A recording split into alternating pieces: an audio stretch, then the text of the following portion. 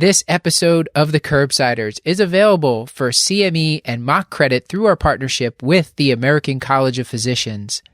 ACP members can go to acponline.org/curbsiders and claim their free CME and mock credit. Thank you and enjoy the show.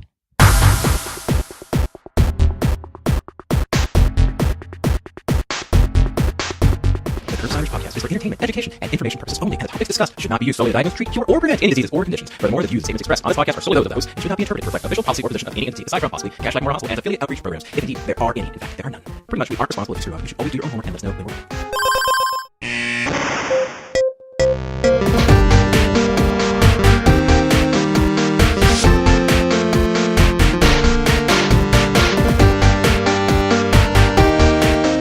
Welcome back for the second time, at least for us. Hey. Well, hello, Matthew. Hi.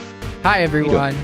This is Matt Watto here with co-hosts, and this is the Curbsiders Internal Medicine Podcast. Stuart, you here? Yes, I'm here. Can you hear me? Yeah, we can hear you. Great. It's gold. Who else is here, Paul? I'm probably going to wait another 45 minutes just to make sure we're actually recording, and then I'll chime in. So I'll let you guys roll. We'll do one or three more dry runs, and then I'll give it a go. But yeah, I'm here for sure. All right. And our fearless leader for tonight's episode, the Chiu man, I believe he's here as well. That's me. So Chris, did you want to lead us in the episode and tell people what it's about? Yes. So today is another monthly edition of the Curbsider Journal Club. There's been a few tweaks to our format as the sub-series continues to evolve. After getting some listener comments, we realized that we're not always as clear about how this episode is structured. So I sort of want to go over that. Over the last month, we've developed a list of more than 40 interesting articles and news stories that we've been reading for ourselves to feed our own brain holes.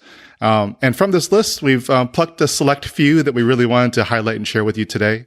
And so for our feature articles, we're going to cap them at 8 minutes. And then for our shorter ones, our hot takes to about 4 minutes each. So you guys may hear a gong go off, and that's when we've run out of time for talking about these articles. So do you think we should just go on and do our first one? Yeah, and I just want to clarify. So the rating scale, we're going to give a number of hotcakes. Yeah, so there's a full stack, a half stack, or is it a short stack? And then, or you can just give individual hotcakes, as I believe Stuart or Paul were doing last episode. But 6 is the most. That's a full stack, right? Sure. Yeah, maybe the audience could give us some feedback if they want us to stop doing food puns. But let's go to the first article. Audience, I beg of you, please give us feedback to stop doing food puns. Please help me out. All right. So our first article Matt's going to present.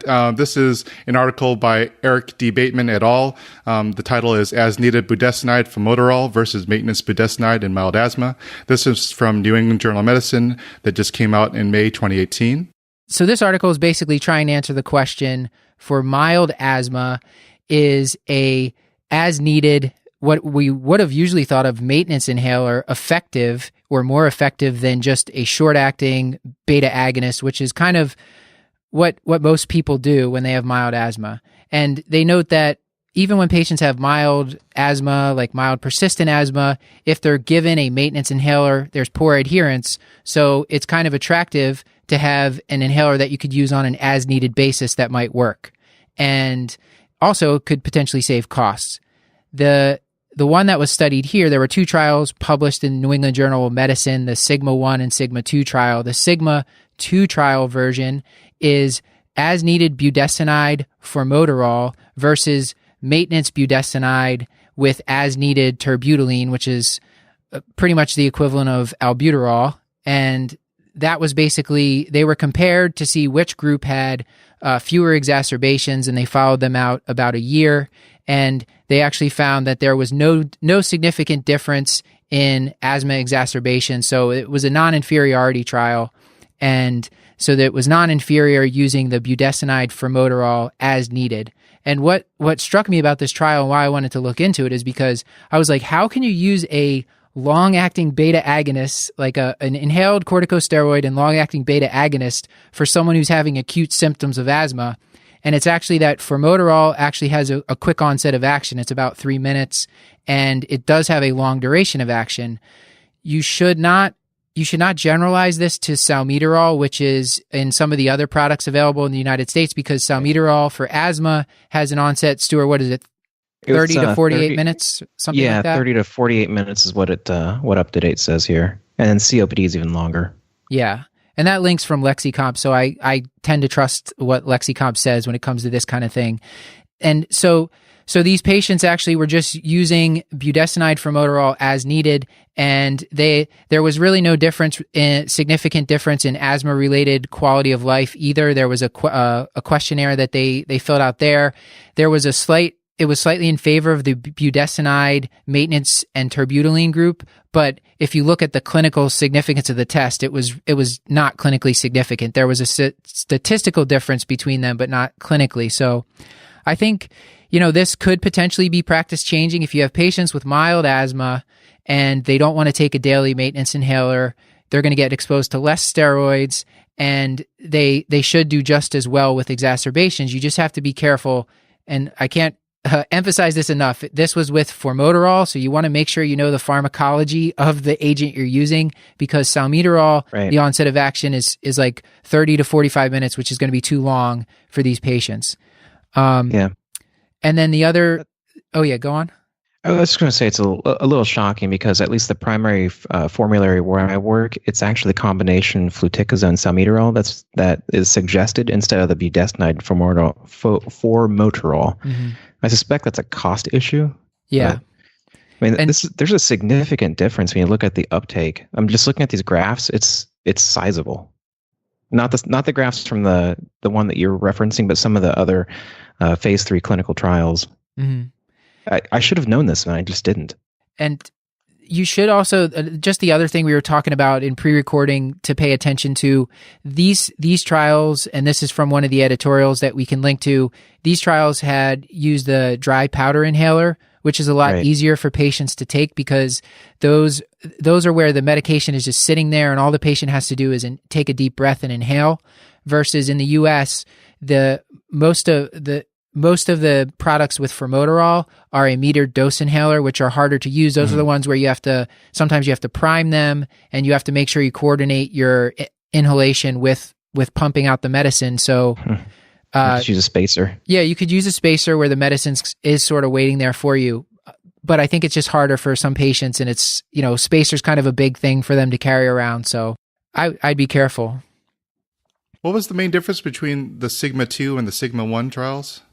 The Sigma 1 trial was comparing, it had 3 arms instead of 2. So the same 2 arms as Sigma 2, there was a budesonide maintenance and a budesonide formoterol combination, but it also had a short-acting beta agonist as the third arm, and just as needed. So there was no inhaled steroid at all.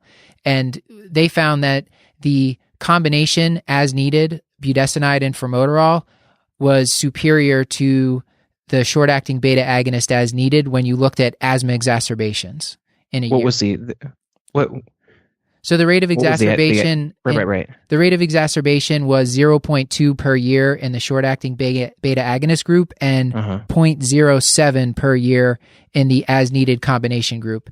And they were predicting that they were predicting for patients with mild asthma, they would have about 0.14. They would have about 0.14 exacerbations per year. So the short-acting beta agonist group actually had more exacerbations than predicted, and the as-needed combo group had less. Is this changing everyone's practice? I mean, is this practice changing? Yeah, so I guess we should get on to some hotcakes here. So I give this one at least a short stack. I think the way it changed my practice is mostly what I learned about the pharmacology of inhalers in this one. Yeah. And it is a nice option for patients who don't want to take a daily maintenance inhaler. It is a nice option to have. So full stack? I'm going to give it a pie. What type of pie? No, 3.14159. Okay. Paul? All right. Paul, you got anything? No, I think Stuart killed me with that last comment. Okay. That sounds great. All right, we came in under time, so we can go on to our next one. Paul's going to present an article by Scott Halpern et al., a pragmatic trial of e-cigarettes, incentives, and drugs for smoking cessation. This is also from New England Journal of Medicine in May 2018. So I'm sorry, guys, two New England Journal of Medicine articles, but I think they were both very interesting. So, Paul, do you want to take it away? I was alarmed to see this one's much longer than 2 pages, so I chose poorly this time around. I regret my decision, but I chose this one, even though I don't think it's specifically for individual practice. I think anything that sort of builds your armamentarium against helping patients quit smoking is maybe useful, so that's why I chose it. And also just because I thought the design was incredibly ambitious, too. So basically, what this study looked at is a number of interventions to actually help patients quit smoking, and probably... The way it was structured is super interesting. So it's actually, the people who were included in this study were people who were employed at one of 54 companies, and they had to be at least 18 years of age. And what they opted to do was actually use an opt-out system of enrollment. So you just had to say, no, I don't want to be in the study to get out of it. Otherwise, you were disenrolled, which I thought was a fascinating way to do it. Which becomes important later on. And so they enrolled... They identified over 6,000 smokers, and only 125 opted out of this thing actively. So they had 6,006 people that were ostensibly enrolled, and then they were randomized to one of 5 arms, which I thought was a really fascinating approach. Did they happen to pass out all the disenrollment forms during their smoke break? Yeah, they were outside by the dumpster. Yeah, you just picked them up on your way out there. So the arms so the control group was just sort of standard of care. Hey, here are the resources that are available to you. Go with God and good luck, and identify your triggers and that kind of thing. And then the other things that they offered, the other arms, were either free cessation aids, though that's all forms of nicotine replacement therapy, bupropion or varenicline. And if you said you didn't have success with those in the past, then they offered you actually free e-cigarettes, which I thought was an interesting inclusion, because e-cigarettes have not been something that have been studied super extensively. Of note, the e-cigarettes were provided by the company Enjoy. And as part of what was provided, they received battery sticks, a USB charger, and up to 20 chambers with a 1 to 1.5% nicotine per week, and participants' chosen flavors, all of which I think emphasize the fact that I don't understand how e-cigarettes work, and that's on me. So that was another group. So standard care, free pharmacotherapy, which could include e-cigarettes if you'd failed pharmacotherapy in the past. A third group was free e-cigarettes without having to have failed in the past. And then the last 2 were reward incentives based in the amount of $600. So one was $600 worth of stuff, and the final group was a $600 basically deposit account that was redeemable by proving that you were chemically abstinent at certain time frames. So they would do blood or urine tests, usually urine, and at 1, 3, and 6 months. And if you prove that you're abstinent with those tests at that time, you would get $100 the first month, $200 at month 3, and then $300 at month 6. And that was the primary outcome they were looking at among all these groups, was biochemical abstinence at 6 months. And so the long and the short of it is, it's interesting. They also did some, they identified a subgroup of the enrollment population as, quote, motivated. And these were patients who actually went onto the study website and filled out forms and actually did stuff actively.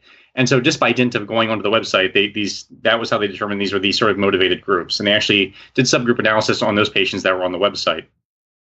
So it turns out that if you don't have patients opt in, the abstinence rates are not super impressive. And then particularly if you offer the free therapy, the standard care, or the free e-cigarettes, none of those things seem to really increase the rate of abstinence.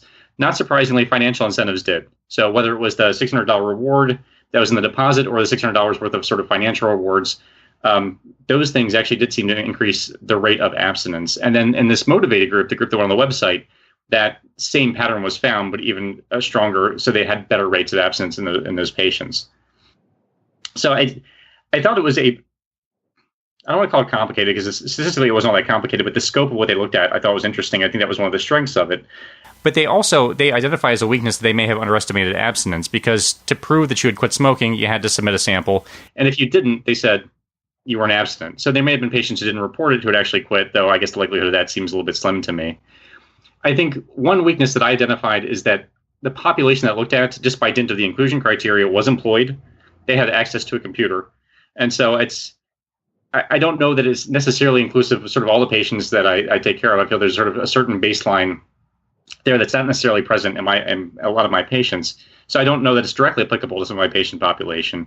But the bottom line that I took away from this is that if you're motivated, you tend to do better. Yeah. So you have to kind of want to quit smoking. If someone says, hey, we're going to tell you to quit smoking now, that's probably not as effective, even if you give them free stuff.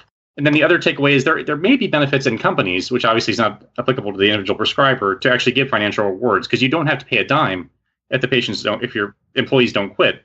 But if they do, that's when it actually costs you money. But it turns out that it actually probably saves you money to take care of to employ non-smokers than it does to employ smokers. So is it practice changing? No, it is not practice changing. I will not be giving patients my money to quit smoking. I think from a system standpoint, it's probably of interest. But will you give patients other people's money? I give hugs, just warm, affectionate hugs. And so as you may expect, my abstinence rate is not fantastic.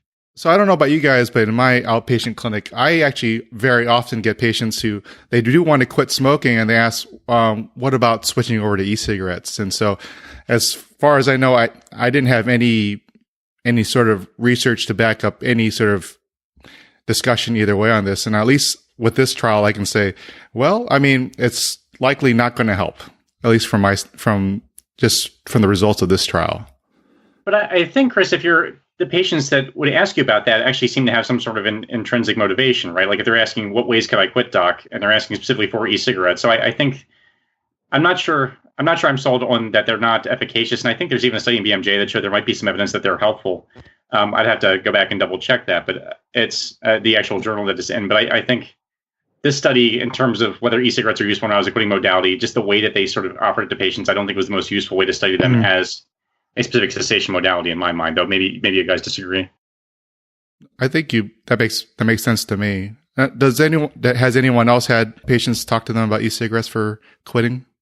What do you normally tell them, Stuart? What do I tell them?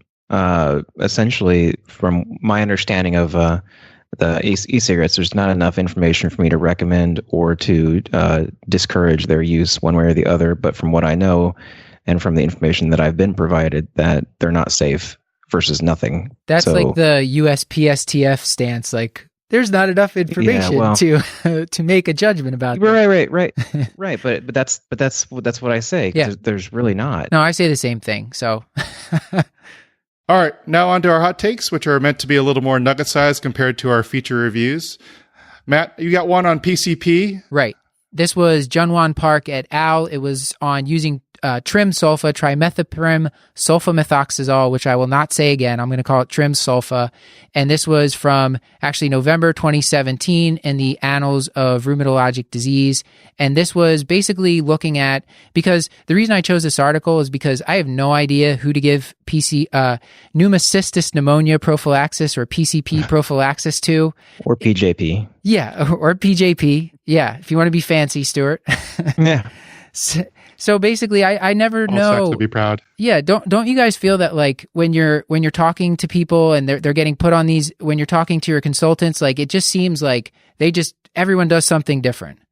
And it just continues ad nauseum. Right. The consultant has moved or no longer in practice, and the patient's like, I've been taking this forever. I'm just going to keep taking it. So Matt, what did this article actually say? So this article was looking at about 1,100 patients over an 11-year span in Seoul, Korea, in a big hospital there. And it was basically up to the treating clinician whether or not a patient was going to get treated. And they were the only patients that were really being looked at were ones who were being treated with greater than 30 milligrams of prednisone for greater than a month. And so those patients were eligible to be in the study, and they kind of looked okay, the control group was patients who didn't get treated with trim sulfa, and the treatment group was patients who did. There was about 260 some episodes where patients were treated with trim sulfa when they met the criteria, and there was only 30 cases. There was only 30 cases of pneumocystis pneumonia out of about 1,500 treatment episodes over this 11-year course. So it's pretty rare, but when the patients did get it, there was about almost a 37% mortality rate. So it's a pretty bad complication that you don't want your patient to have. And how many times did it happen in the treatment group? Yes, the treatment group had only one episode, and it was a patient who had stopped the drug because they had a rash or something from the trim sulfa. So it wasn't really. It wasn't Stevens-Johnson. It wasn't. Yeah, but more important. Well, there was one episode of Stevens-Johnson, I don't think it was that same patient, but there was one episode out of all this that did occur. There was 2 serious events. One was a Stevens-Johnson syndrome. But basically, the point is that the trim sulfa seems to work for PCP prophylaxis. Most of the patients were getting 1 double-strength tab daily in this study, and but they could have gotten 1 double-strength tab twice a day. Monday, Wednesday, Friday was the other regimen that patients might have been on. But I like the number needed to harm. It's 55 to infinity. Yeah. So they I guess the number needed to harm for the overall group was about 132, and the number needed to treat was somewhere in the 50s. So they thought favorable risk benefit to risk ratio. And I will point out there's a nice editorial that goes along with this. It says, yeah, you got to this is retrospective. It was done in Korea, so you can't directly apply it to our patients, but the things you can take here, the patients that did tend to get the Pneumocystis pneumonia, which is consistent with previous information, was patients with vasculitis like microscopic polyangiitis or lupus or GPA, and then patients on greater than 60 milligrams of prednisone. That was another big risk factor. So if you have patients with the right risk factors on high dose of prednisone for more than 4 weeks, you should consider trim sulfa for prophylaxis. And then when can you stop it was my other question. And the editorialists talk about once they're on less than 15 milligrams a day, if they you can consider stopping it. You might continue it even longer, like down to 10 or less, if 10 milligrams or less a day, if the patient has a vasculitis and they're really old and they have low white count, they're on cyclophosphamide. Those are some of the risk factors. So I thought this was helpful, actually. I'd never really read about this before. Because some of those risk factors are things that would make me nervous to start trimethoprim sulfamethoxazole. So you have this old patient with maybe lupus nephritis or some other reason to have sort of kidney issues, and then they're on cyclophosphamide and you're throwing TMP sulfa. That would make you a little bit nervous. But apparently there weren't that many renal-related adverse events that you saw. I did not come across that in my reading here, so I'd have to look back closer to see. But I did not. The adverse events with trim sulfa were mainly just like hyperkalemia, rash, low platelets. They didn't really mention renal outcomes. And I think that gong sound meant we're out of time. But I guess you guys can check out the article on our site, or we link to it on our site if you want to get more in depth. Paul, I think you have another article by J. Cobb Scott et al. About cannabis. What if I said no? No, that's right. I chose an article based on my ongoing obsession with marijuana use and potential bad outcomes. Because I was trying to find not a positive spin, but something that wasn't quite as negative as I've been going in previous episodes. So the one I chose is the association of cannabis with cognitive function in adolescents and young adults. Because the other reason I chose this is because when I'm precepting, I often have my residents tell me that they counseled the patient about their marijuana use, and then I ask them exactly how they counseled the patient, and they don't have a great answer because they don't know what to counsel, neither do I, because I don't think we fully understand the long-term risks. So I thought this would help me sort of better go after the one that I think about. So, you had this preconception of a stoner, someone who smokes all the time, and it just kind of makes them dumb, and is that a real thing? Or maybe that's just me. But in any case, so what this is a meta-analysis that looked at a bunch of studies, because that's what meta-analyses do. And to be included, you have to have patients that were less than age of 26. They had to have heavier frequent use, and they had to do some sort of neurocognitive testing. And it was a cross-sectional analysis. So it looked at one particular sort of point in time as opposed to longitudinal studies, which they excluded. They used a lot of words, but it just seemed because it was complicated to assess them. And so the long and the short of it is that, yes, marijuana use, heavy marijuana use, has statistically significant decrease in cognitive function, but they go a long way towards really emphasizing it's not necessarily clinically relevant, this decrease in cognitive function in the domains that it affects, so things like learning and memory and stuff. And then the longer you go without smoking, the less of an effect that you actually see. So for me, I always struggle with patient counseling. I don't know how you guys do. Really what I'm left with is please don't smoke pot and drive. Yeah. I can't even say pot will make you stupid because there doesn't seem to be any evidence for that, at least based on this meta-analysis. So, Paul, did they say that with the abstinence, people get all the way back to their baseline before not smoking? And I think if I'm understanding correctly, that was one of the limitations of this. Because it's cross-sectional, they weren't really able to look really longitudinally all the way kind of out. So I don't know that they actually were able to assess that fully. when they looked at a cross section 72 hours after of abstinence, then all the differences washed out. Like all the cognitive effects seemed to be non-significant when they looked at least 72 hours since they last used. And to be absolutely clear, this is in contrast to acute intoxication, right? So, so if you're high, you have impaired function. But in terms of long-term outcomes from marijuana use, there doesn't seem to be a whole lot of clinically significant decrease in cognitive domains. So that was the takeaway from this. Yeah.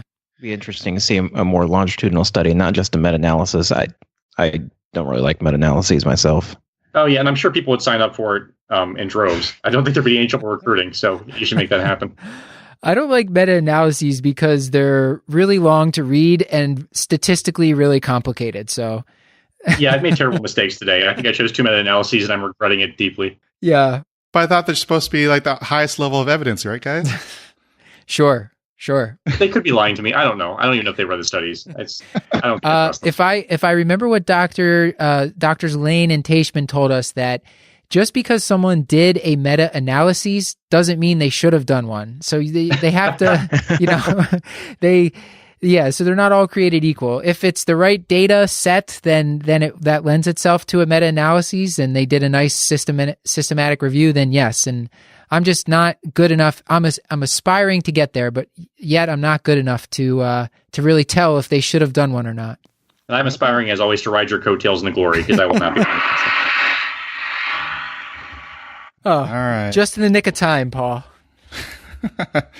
All right. So I got to pick one of our hot takes today, and it's basically on the new American Cancer Society guidelines. It's been a while since they've updated it, and they do differ from some of the other great large institutions. But probably the biggest thing that people noticed was that they said that average risk people should start colorectal screening at age 45. And definitely this was different from their previous recommendation, which said only African Americans at age 45. Everyone else is at 50 very similar to all our other recommendations from USPSTF, American College of Physicians, American College of Gastroenterology. And so, what were you guys? Any of you guys see this? Well, it's a qualified recommendation, right, Chris? So it's not like it's a strong recommendation to start at age 50, which is consistent with USPSTF, right? But it's a qualified recommendation. But I don't fully understand like where that came from. Did you read like where that came from specifically? Yeah, so they couldn't make a strong recommendation just because they didn't have a lot of direct evidence.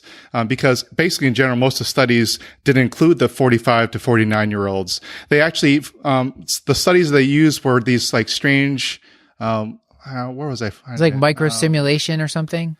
Yeah, so there were like 3 microsimulations. Actually, one or two of them were actually used by USPSTF, which from their recommendations showed that actually doing an interval of 15 years starting at age 45 versus age 50 provided slightly more favorable balance between the benefits and burdens of screening. But when they looked at it, they still decided it wasn't strong enough for them to make their changes to the recommendations back in 2016.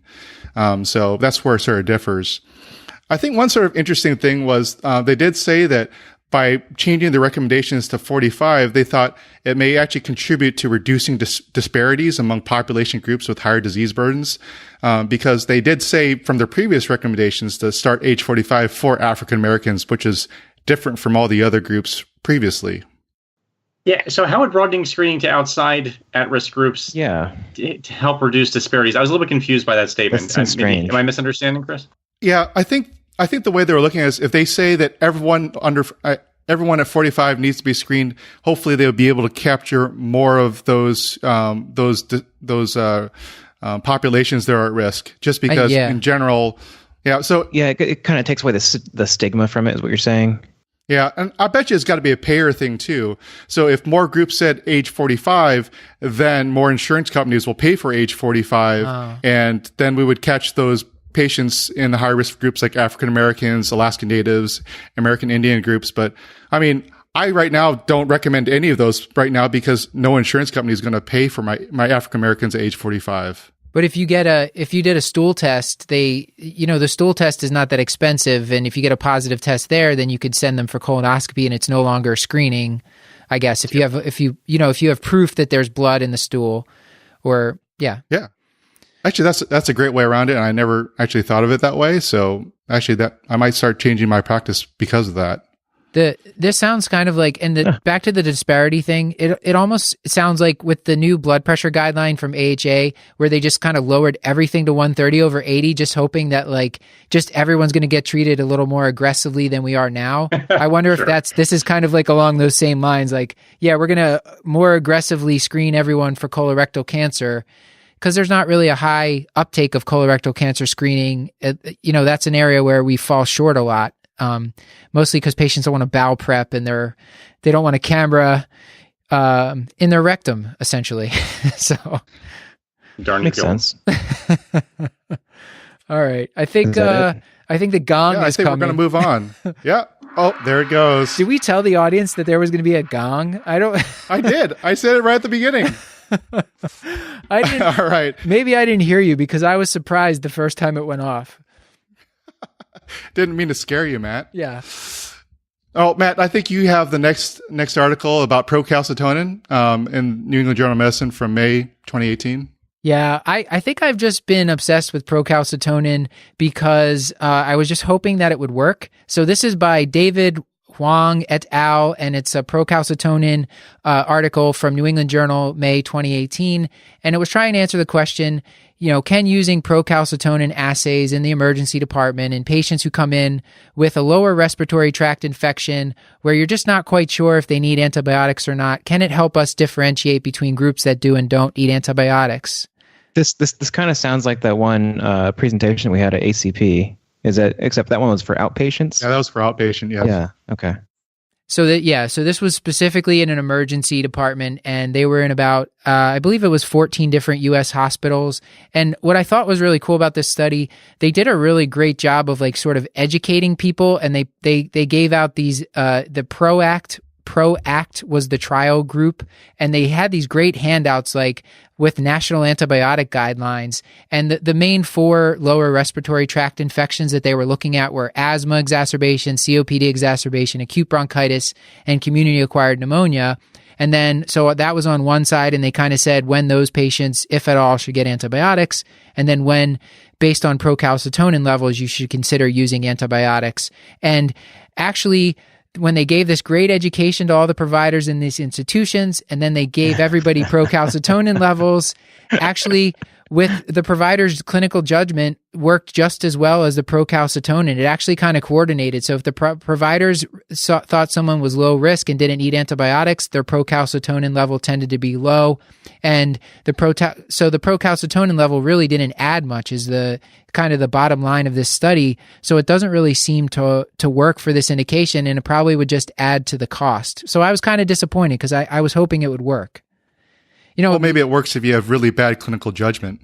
Well, that's interesting. Excellent. I was wondering about that, Chris, because like they sort of, they ahead of time they educated everybody, and they had these great handouts. So I think it kind of probably helped with antibiotic stewardship, and maybe that's why it didn't really show a significant difference. But if you go to a place where people are just giving everyone antibiotics, maybe using procalcitonin without an education. But I think it would be better just to educate people than you.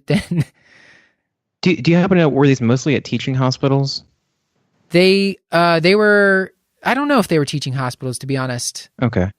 So I want to say one thing is actually when I first heard about this article, I actually was reading Ryan Radecki's editorial from Emergency Medicine Literature of Note, and he's got a fantastic blog post like discussing this as well. So I do encourage other people, if they want to read some more about this. Ryan Radecki's a really smart guy. He's got a great blog, and people should at least take a look at it.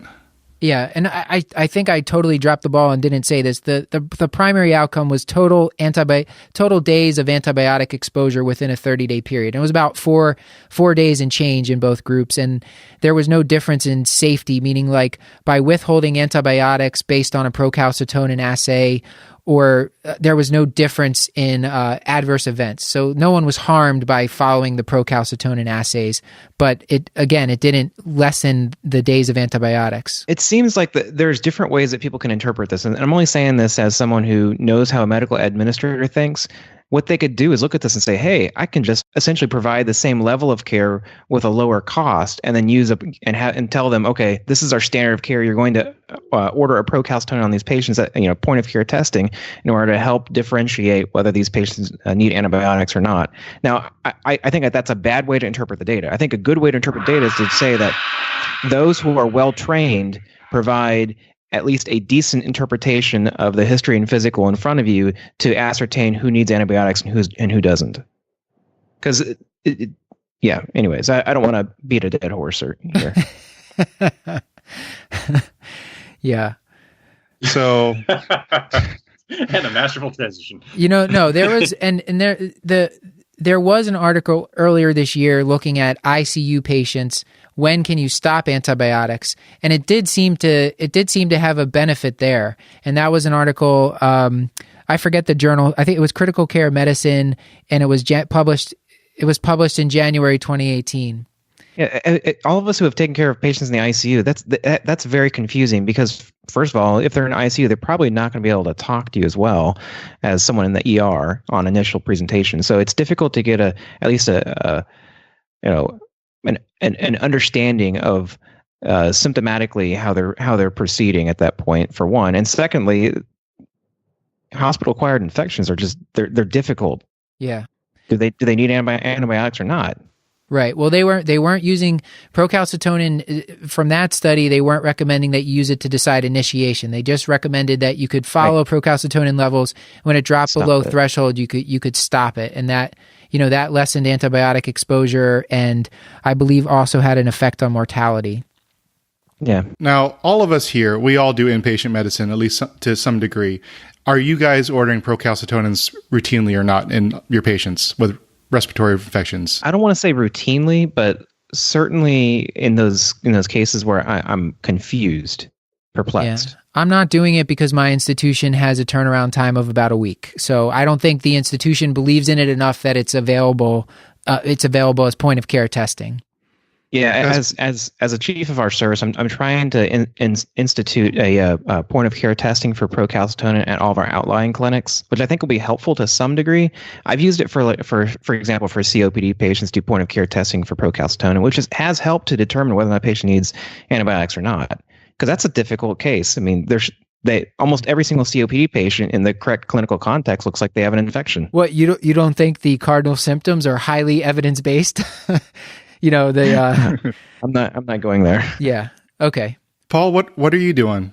I am not. I can say with confidence I've never ordered procalcitonin, so that makes it easy. Gotcha. Okay. We're well into overtime on this one, Paul. I think you have another article. I agree. Yeah, Paul's got an article about lipids from JAMA, April 2018. I do, and maybe you guys can help me with this because it's another meta-analysis. So I want to talk about statistics. But this is an association between baseline LDL and cardiovascular mortality and LDL lower rates from JAMA, April 2018. And basically, it's as I mentioned, it's a meta-analysis. I don't know if I mentioned the meta-analysis part before, but what they were trying to assess was, does your baseline LDL matter in terms of your risk reduction? So we know low in cholesterol is good. That is now that's now dogma, but doesn't matter sort of where you're starting from. And so what they did is they looked at a bunch of studies, because that's what meta-analyses do. And this is going to be my theme for the day. And in terms of what had to actually be included, was it had to have at least 1,000 patients in it that were receiving LDL lowering therapy. They had to be on a statin, non-statin, or statin plus something. And then they had to report cardiovascular mortality and also overall mortality. And those are the co-endpoints that they actually looked at. And so basically what they found out, and what I liked about this, is anything that gives me some confirmation bias, I like. So what it shows is that you treat patients that have a high LDL cholesterol baseline and you lower it by a lot, they do a lot better. And that seems to be fairly significant. So the greater the reduction, the better off they do. But that effect goes away if the baseline LDL cholesterol is less than 100. And so basically being super aggressive in what are ostensibly low-risk patients is not real effective. So someone who's low risk and healthy doesn't benefit well from a statin. Yeah, it's my only complaint, and they actually mentioned this in terms of the shortcomings, and it's not even a complaint, but they didn't do any kind of subgroup analyses. This is just sort of big, broad data. So I think we've all had those diabetic patients with an LDL cholesterol of like 75, and you have to ask yourself, what am I really doing here? Like, how good do I feel about this? And this did not lend strength to that necessarily. So I would like to see some subgroup analyses in terms of specific patient groups that they looked at, but that unfortunately was not reported. But overall, yes, treating healthy patients with medications they may not need is apparently bad. So that was my... They were talking about more intense versus less intense therapy. And so they're saying for a patient who has a LDL greater than 100, if you put them on more intense versus less intense therapy, there was a benefit for mortality and cardiovascular mortality. But it didn't really, it doesn't tell you like what were the patients who already had an LDL less than 100, were they already on a high dose statin, and what was being added was like a PCSK9 inhibitor or ezetimibe. Like I think we don't know enough about that. It was just sort of, so that to me that was part of the confusing thing here. Like I just don't know like if that LDL greater or less than 100 is talking about patients who are already on meds or not. I guess that if I'm finally coming to it, that's what I was asking about, Paul. You know? Yeah, I mean, for me, I view this more, rather than practice changing, I'll go to half a hotcake, but I think it's sort of more proof of concept, right? Like, so we already know that the degree of benefit is commensurate with the degree of risk reduction. So if you have a high risk patient and you reduce by a lot, the patient's going to do better. And we kind of know that, and this sort of adds to that. And if you have a lower risk patient, probably not so helpful. So it's, in my dumb brain, like this sort of right. underscores the baseline concepts. Whether or not we'll actually change practice, and that 100 number, I don't think is really all that clinically useful for practice, for me at least. Yeah. Okay, I like that. The broad, you're taking the broad strokes. That makes a lot of sense, actually. It's what I do. Yeah. Anyone else? I think that was pretty good. I have a couple of more softball things, I think. Can you guys see all the script right now? Do you see that picture? Yeah. So I have in the script this sort of this really awesome looking frieze. Apparently it's on at least it used to be on outside the Department of Health and Wellness in Fulton County, Georgia. And it's just like this beautiful frieze of like death being fended off by, it looks like Paul Williams with his shirt off. Yeah, sure. And I think one interesting thing is when I saw this, I think it was on Twitter and shared on Instagram, was that, you know, this man holding off death is holding this big staff with two wings and two serpents going up it. And when you look at this, a lot of people say, "Oh, that's the symbol of medicine." But apparently there's like this difference between the rod of Asclepius, which is the ancient symbol of healing and medicine, which is really just a single rod with a single snake going up it. And this other staff is actually the staff of, or the rod of caduceus, which is the traditional symbol of Hermes, which basically has been associated with trade, eloquence, trickery, and negotiation. And apparently there's like this crazy like historical reason why these two symbols have been mixed up throughout all the years. So I just thought that was sort of an interesting thing, and I actually never knew this before this last month. Yeah. Had you guys ever known this? I heard it somewhere, but I think, did you say that the symbol that we're currently using talks about trickery and what was the other part? Negotiation? Well, apparently I did some research, and I think, you know, Adam Rodman, not to bring up his podcast, The Bedside Rounds again, he talked about a little bit too, that, you know, there was some confusion, and then I think the Army Medical Corps started using the symbol with the two wings and the two serpents like early on, and then they just got confused. I think nowadays most like known medical organizations actually know this difference and have made changes. But for a lot of more commercial entities for health, they know it's a more recognizable figure, and even if they know the difference, they'll just use the wrong rod.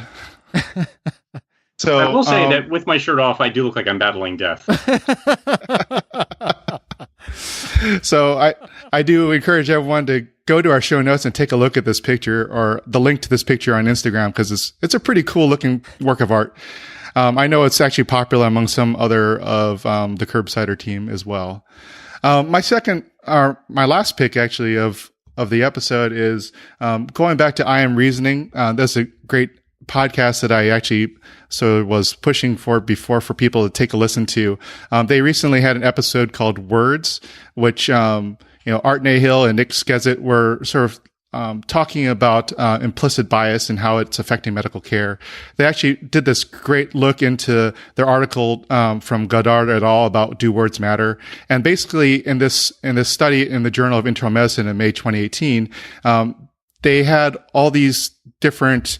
They had the same patient, and they would write the note either in an implicitly biased way and one that's less implicit. And one in a biased way and one less biased way. And we're able to really show that people really viewed the patient very differently. And I think the patient was a sickle cell anemia patient with chronic pain. And it was actually quite enlightening. So I encourage people to, I think we should define implicit bias for the audience, though, if people haven't heard of it. I first heard of it, Blink by Malcolm Gladwell. He talks about the book. There's, I think it was some Harvard researchers. They have this thing you can click through online, and it shows you pictures of people of different races, and you say, like, is this good or bad? And he said that even him, he's half African American, and he was saying that even him, he found that he had implicit bias, and he was like shocked by it. And actually, the second time I heard about this, Jerry Powell did an episode as well on implicit bias, just talking about that and trying to recognize it in yourself so you can sort of like beat it out of yourself, essentially. That's not what they were talking about with Jerry Powell, not beating it out of yourself, but it is something that we need to know about. I think the first step about trying to improve our implicit bias is actually recognizing it in ourselves. So I recently did like a whole workshop with Quinn Capers, who's at my home institution, and he has been actually working with our med school admissions board and actually currently we have like one of the most diverse medical student populations because of their work on implicit bias and how they look at applications and interviewing applicants too. So it's actually pretty interesting. So I would actually encourage people to follow Quinn Capers on Twitter because he's got some really interesting things coming out. He talks all over the U.S. About implicit bias. Great. Unfortunately, that brings our discussion to a close then. If you want to know about the tons of other knowledge food that the Curbsiders have consumed in the last month, I'm going to leave it up to the listeners because we have this huge list. And some of us feel that, people will be overwhelmed with the list, and other people I've heard that wouldn't mind just looking at it. So let us know. I'm not going to put it up on the show notes, but if you want it, if you implore me to put it up, I'll send a separate link for it for people who want it, okay? So I want to thank, as always, Sarah Roberts, who is usually our producer for these episodes, but she was away on vacation this last week, which I think she probably definitely needed. But she helps us in producing this series. And also I want to help all our other Curbsider teammates and listeners who continue to send us suggestions and for the articles, news stories, and giving us ways that how we think we can improve it for it to make it interesting and educational. So just one more thing, Chris. This has been another episode of the Curbsiders, bringing you a little knowledge food for your brain hole. Yummy. What's happening here? Yummy. I was waiting for Stuart to interrupt me. You can find show notes at thecurbsiders.com/podcast or sign up for our weekly mailing list to receive the show notes at thecurbsiders.com/knowledge food. We're committed to providing you with high-value, practice-changing knowledge, and we need your feedback. So hit us up, thecurbsiders@gmail.com, or on Facebook, Instagram, or on Twitter at thecurbsiders. Until next time, I've been Dr. Matthew Frank Watto. I'm Chris Chiu, and Stuart's there somewhere. And I don't think Stuart's going to be able to sign off tonight. We've been plagued by technical difficulties tonight. Paul, you still here? And he's been Stuart Kent Brigham, and I remain Dr. Paul Nelson Williams, and goodbye. Hear me now? And it's too late. I already said goodbye. And thank you to our team of correspondents who keep the show running. Hannah R. Abrams is on Twitter. Beth Garbatelli is on Instagram. And Chris Chu is on Facebook. Thank you and good night. That's me.